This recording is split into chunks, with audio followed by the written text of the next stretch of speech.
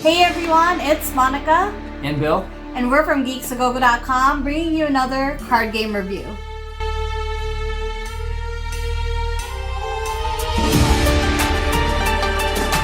For today's card game review, we will be reviewing Crazier Eights 1001 Nights and Shahrzad, which is part of the Crazier Eights card game. Alright guys, the name of the games are 1001 Nights and Shahrzad. Now, 1001 Nights is good for 1 to 4 players and Shahrzad is good for 1 to 3 players. Shahrzad can be played as a standalone card game, but if you combine this with 1001 Nights, you can actually have a 5th player added. In 1001 Nights, we have cards that are labeled from ace through king, like you would see in a normal deck of cards. As you notice here, we've got all the cards for the moon suit, which is denoted by the color blue. In Shahrzad, however, you'll have slightly different cards. These are numbered 11 through 15 with a few special cards included as well. One way to discard your cards is actually matching either the number or the color in the discard pile. So as you can see here, there are numbers and colors on the upper left hand corner of each card. And what I like about this is that this actually caters to people who have colorblind or are colorblind. And the eye symbol, for example, is the purple color for green, moon for blue, and the sun for the color red. Now on Shahrzad, you would actually notice that there are cards that have 2 colors or 2 symbols on the upper left corner. Just read a description on the card and we'll tell you which one you will be able to choose. Normally you just pick one color or one symbol to be able to play this card.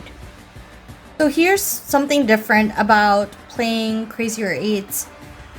For each card, it's either denoting an event or an asset. Now let's talk about the event cards first. Event cards are particular cards that will tell you or give you instructions, like this one right here in front of me. It will give you a special action right at the bottom. For this one, it says you may give another player control of any one card you control. You may discard 2 additional cards this turn. So it has all these special actions that would either maximize your way of getting rid or discarding your cards. Now, some event cards for Shahrzad actually has a double card on it with 2 of the symbols or 2 of the colors. You're only allowed to pick one of these. Once you're done with the event cards, you actually discard it and put it at the bottom of your discard pile. Then we have asset cards.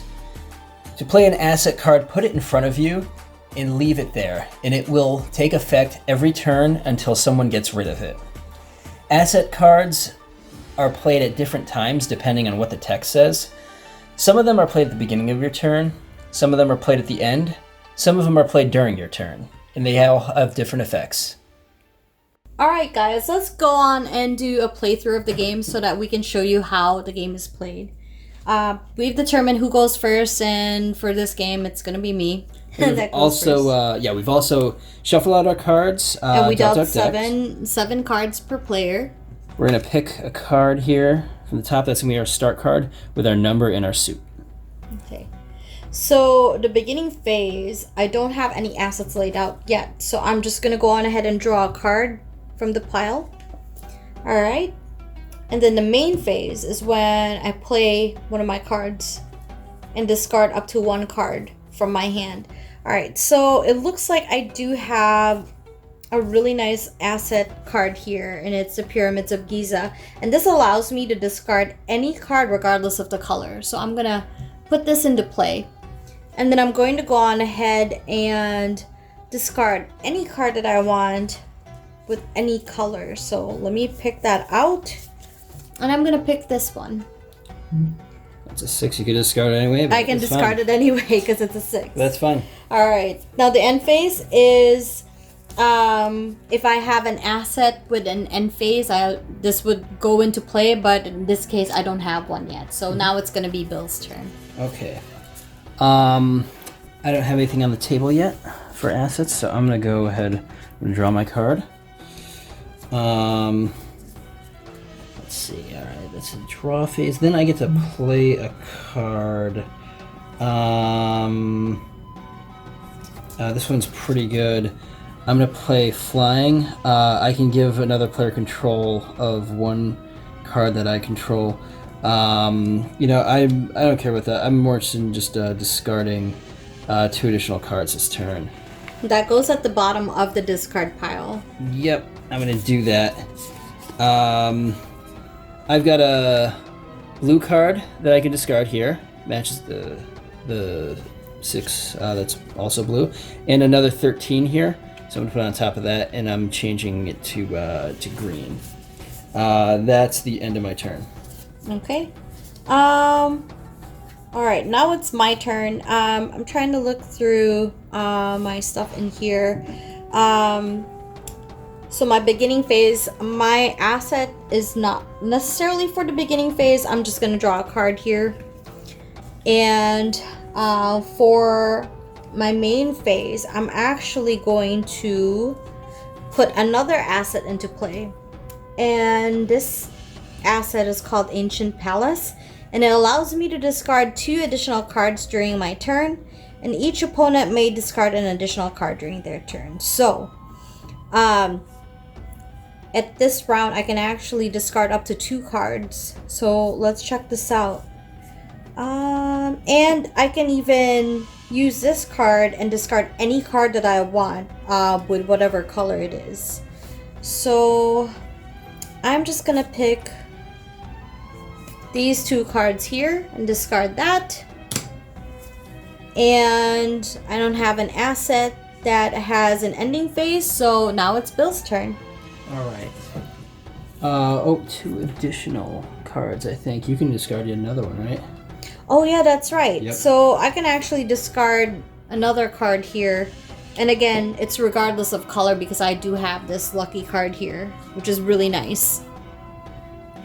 So if you ever come across this card, I would definitely keep that one. Alright. I'm gonna draw.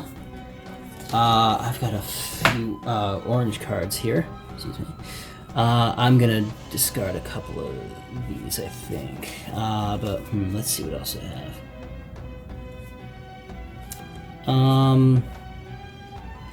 I'm gonna play this one, Caravan Camp. I may discard an additional card this turn. That's gonna go under here. So I'm also gonna discard 3 cards. Let's see. So that's my normal discard. I get to discard an additional. That's my second one, and because I played that card that allows me to discard another card, that's 3. Alright. Alright, it's neck and neck right now, so we both are down to 3 cards each. So as you can see, I don't have any asset cards that has a beginning phase here, so I'm just gonna draw a card. And by the way, if Bill has a card that would get rid of these, that's the only way this will be removed from my kind of like assets. So let's see here. I'm going to go on ahead and I really lucked out because even if I luckily drew an 8 for this, I can discard that, and I can actually do an additional and remember 8s are wilds, and that's why I was able to do that. But not only that, it also has the sun symbol in there, so it kind of like works on my favor anyway. And because of this asset card, I can discard an additional 2 cards. So let me get rid of these. And it's with regardless of what color it is as well. Okay, now it's an 8. This is wild, so you have to declare the color again. Alright, and I'm just gonna pick blue because that's my last card here. Oh, and great. I'm gonna go on ahead and You've discarded your 3, so you're stuck with them until next turn. So I'm stuck with this. So let's see. It's blue right now. Okay, not a lot I can do with this. I'm gonna pull my card. Let's see. I think I'm gonna play. I have one of these fancy double cards. I'm gonna play this one so that I can discard cards regardless of their color this turn. Oops, sorry. And like, like with those double cards, you can only pick one out of the 2. But he ended up choosing that red one. I'm gonna discard 2 cards because of this. So that's his discard and his additional discard. Both down to 1. All right. And here we go. Like I said before, I didn't have any beginning asset phase cards. All right. So I drew a card. I'm going to discard it. And because I can discard 2 additional cards, I only got 1 card left, and that ends the game right there. Yep, you win. All right. So I hope you guys learned how to play Crazier Eights, 1001 Nights and Shahrzad. We pretty much just combined both games in this pile of cards. It's really quick and easy and fun game. Alright, so now here's a review about the games. So with this game, what I like most about it is that it's really simple to pick up. If you're familiar with Crazy Eights or Uno, it's really easy to play. But a lot of serious gamers like a bit more meat to their games. A little bit more challenge. Yeah, like there's more options in a game like this. It's sort of like a simple card game like Crazy Eights maybe, but it also has elements of like Dominion or Magic the Gathering or Ascension, like those deck builder games where you have a ton of cards that give you different options. And I like the fact that I incorporated a lot of like kind of like the Arabian Nights type of like folklore, and the artwork is just phenomenal. Yeah, the whole series for Crazier Eights at crazier8s.com, I believe is the website. They did a really good job of putting a lot of information on the folklore with the matching artwork. It has this really nice and classic feel that I really like. It's kind of just reminiscent of a lot of the storybook type of like artwork that went into the card game. And yeah, it's just like really fun to see like familiar characters like Aladdin or the Ifrit, like stuff like that. Another thing that I like about this game, you guys already know, we're a huge fan of pick up and go games, and this is a type of card game that can just fit in your pocket. It can fit in your purse. If you're traveling a lot, well, right now we're not traveling a lot because of the COVID, right?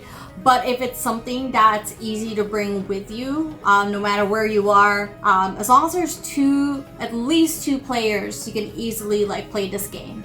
Yeah, certainly. You can play this maybe like at an airport or something like that while waiting to get on a flight. You can't really do that with like Dominion. Yeah. You're gonna need like the board for that and everything. But this is like a lot more simpler, funner way. It is like very kid friendly, as the age suggests. It's like about 13 plus, but we've known a lot of like younger people who can actually like pick up this game like really easily. This is definitely a fun game. I feel like this is such an underrated game. Not a lot of people have heard about this, but it's definitely something to try out. It's kind of like up there for me with like Exploding Kittens or like all these like easy card games. Yeah. Abandons is another game that we reviewed almost 2 years ago now, huh? But yeah, it's like one of those like small games that's just small, easy to carry around, and we just love taking with us to trips and whatnot.